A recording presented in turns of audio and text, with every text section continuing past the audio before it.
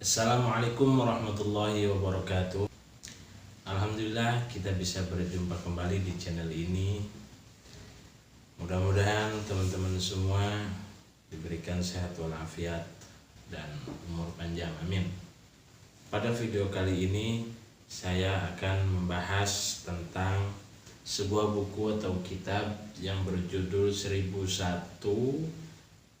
Tanya Jawab Fiqih. Di dalamnya banyak sekali menerangkan pertanyaan dan jawaban seputar fikih seperti berwudu, sholat, zakat, puasa, haji, bahkan rumah tangga dan lain-lain sebagainya yang perlu kita ketahui. Buku ini atau kitab ini disusun oleh tim kreatif BUMP Fathul Ulum Kewagian. Pembaca ahli Kiai Maskur Ustadz Lukman Hakim, editor Ahmad Syafi'i dan setting Sa'dun, desain cover Sa'dun. Penerbit As-Suraya Press. Alhamdulillah buku ini mendapatkan kata pengantar dari pengasuh Ponpes Fathul Ulum Kewagian, yakni Romo Kiai Haji Abdul Hanan Maksum. Mudah-mudahan beliau panjangan umurnya dan selalu barokah dalam umurnya, dalam segalanya, amin ya Allah ya rabbal alamin. Buku ini yang pertama tanya jawab bab ilmu. Yang pertama,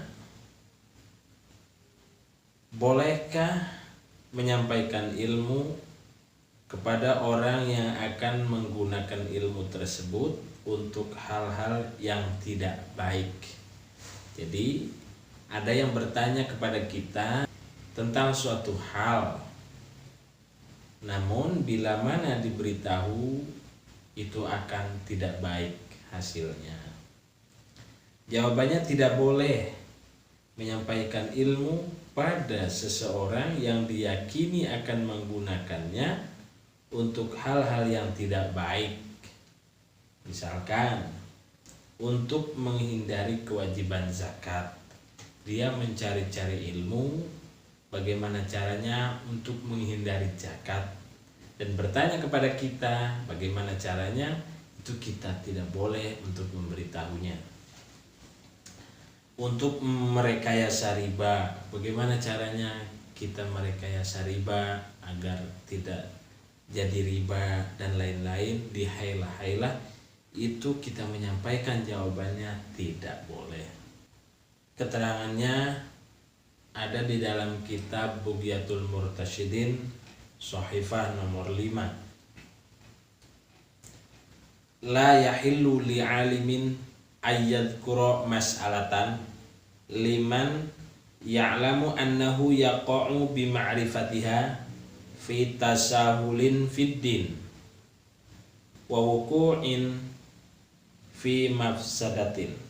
Jadi bagi orang yang berilmu tidak boleh memberitahu masalah kepada orang yang akan menyalahgunakan ilmu tersebut, seperti akan timbul menganggap ringan dalam masalah agama dan seperti akan timbul kemafsadatan. Itu tidak boleh.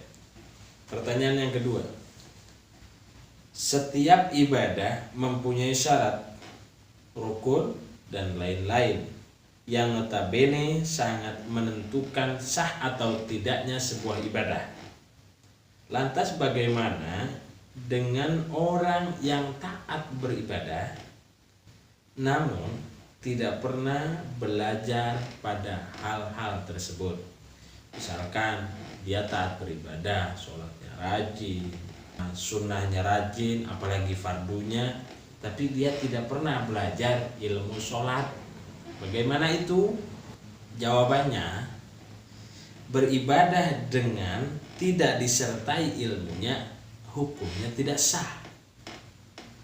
dan tidak mau mempelajari perkara yang menjadi syarat dan rukunnya ibadah wajib, hukumnya haram, bahkan tergolong dosa besar. Misalkan kita diwajibkan sholat kan, sudah balik, akil, agama Islam, tapi dia tidak belajar ilmu sholat, tidak mau belajar ilmu sholat, itu hukumnya dosa besar. Keterangan diambil dari kitab Tuhfatul Muhtaj, Juz 4, Shahifah 309. Yang bagi ayyakuna minal kabairi tarku ta'allumi ma yatawaqqafu alaihi sihhatu ma huwa fardu ainin alaihi, termasuk dosa besar meninggalkan belajar sesuatu yang tidak akan sah sesuatu tersebut terkecuali dengan ilmunya.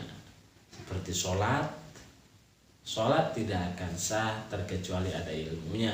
Maka meninggalkan belajar ilmu sholat termasuk dosa besar. Dan yang selanjutnya, pertanyaan ketiga, belajar ilmu dan mengajarkan ilmu hukumnya adalah wajib. Siapakah yang harus menanggung biaya dan gajinya si pengajar? Jadi kita belajar ilmu agama membutuhkan biaya. Siapa yang harus membiayai tersebut? Dan juga pengajar, bila mana harus digaji, siapa yang harus menggajinya?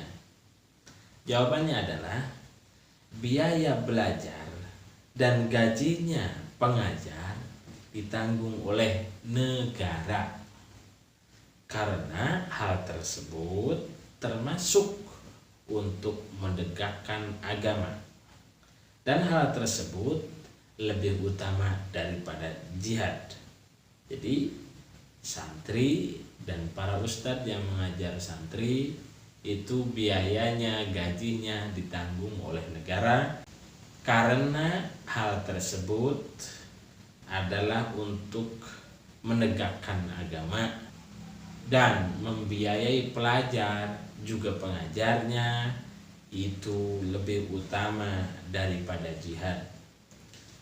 Keterangan diambil dari kitab Al-Adab Syariah Juz 2 Shahifah 47. Wa wajibun 'alal imami ayyata'ahadal mu'allima wal muta'allima kadzalika yarzuquhuma min baitil mali li'anna fi dzalika qiwaman lid-dini fahuwa aula minal jihadi.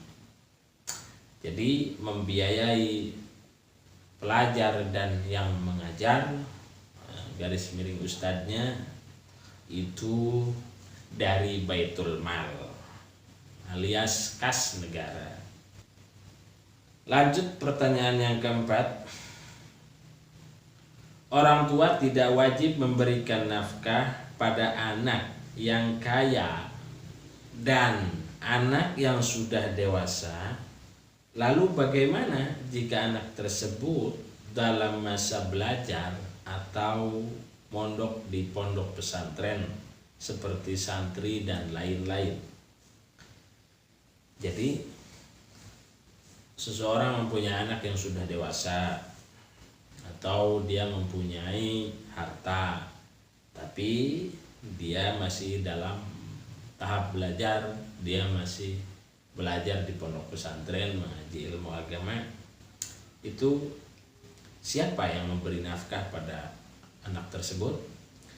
Jawabannya, anak yang masih mencari ilmu agama dan ada harapan berhasil tidak wajib bekerja dan kebutuhannya ditanggung oleh orang tua.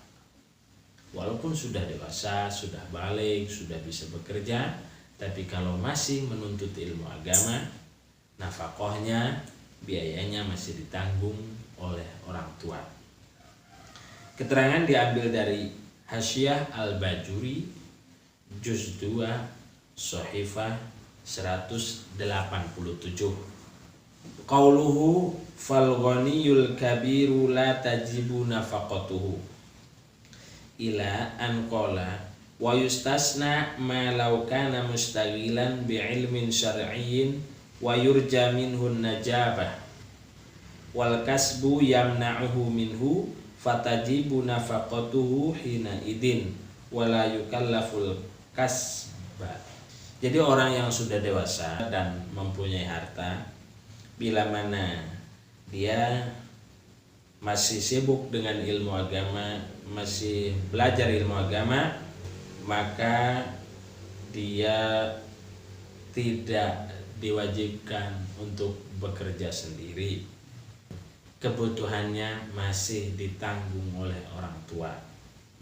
Pertanyaan yang selanjutnya, yang kelima, pada zaman sekarang orang tua cenderung memasukkan anaknya ke sekolah yang berkualitas, yang biayanya murah, dan lain-lain. Meskipun terkadang sekolah tersebut berbeda agama. Bagaimana hukum memasukkan anak sekolah pada sekolah non-muslim? Bagaimana jawabannya? Jawabannya adalah haram. Keterangannya dari kitab Mufakkiratin Nahdiyah Shahifah 40. I'lam anna min a'dhamil masaibi 'alal millatil islamiyati wal ummatil muhammadiyati ma huwa jarin fi hadhil ayyami fi kathirin min biladil islami min idkhali ba'di jahalatil muslimin auladahum fil madarisin nasraniyah li ta'allumi ba'dil ulumi ad-dunyawiyah. Jadi kita haram memasukkan anak kita ke dalam sekolah non-muslim walaupun sekolahnya tujuannya karena urusan dunia, maksudnya hanya mencari ilmu dunia. Kita itu haram memasukkan anak dalam sekolah non-muslim tersebut. Terima kasih teman-teman sudah nonton video ini. Jangan lupa di subscribe dan di like. Bila mana ada pertanyaan, di komen. Oh iya, siapa yang mau mesen kitab ini, buku ini, tinggal di komen aja, nanti akan saya pesankan. Terima kasih. Saya mohon maaf bila mana ada kesalahan, mohon dimaafkan bila mana ada salah ucap, salah membaca. Wabillahi taufiq wal hidayah. Wal'afu minkum. Wassalamualaikum warahmatullahi wabarakatuh. Allahumma salli ala Muhammad ya Rabbi salli alaihi wasallim. Allahumma salli ala Muhammad ya Rabbi salli alaihi wasallim. Rabbi fanfa'na bibarakatihim wahdinal husna bihurmatihim. Rabbi fanfa'na bibarakatihim wahdinal husna bihurmatihim. Allahumma salli ala Muhammad ya Rabbi salli alaihi wasallim. Allahumma salli ala